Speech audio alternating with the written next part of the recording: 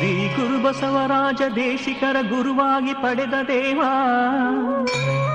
ಶ್ರೀ ಶಿಖಾಪುರವ ಕೊಟ್ಟೂರಗೈದಂಥ ದೇವದೇವ, ಪರಶಿವನ ಪ್ರಥಮ ಶಿಷ್ಯನಾದ ಶ್ರೀ ವೃಷಭದೇವ, ಶ್ರೀ ಕೊಟ್ಟೂರು ಕ್ಷೇತ್ರದ ಬಸವೇಶ್ವರ ಶರಣಯ್ಯ ಶರಣು.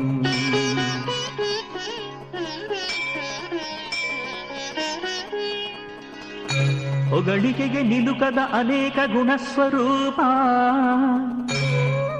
ಸರ್ವಮಂಗಳ ಸರ್ವರಿಗೂ ಕರುಣಿಸುವ ಕೊಟ್ಟೂರ ದೇವ, ಗುರುವಿಗಿಂತ ಮಿಗಿಲಾದ ಮೂರು ಕಲ್ಲ ಮಠ ದೇವ, ಕೊಟ್ಟೂರು ಕ್ಷೇತ್ರದ ಬಸವೇಶ್ವರ ಶರಣಯ್ಯ ಶರಣು.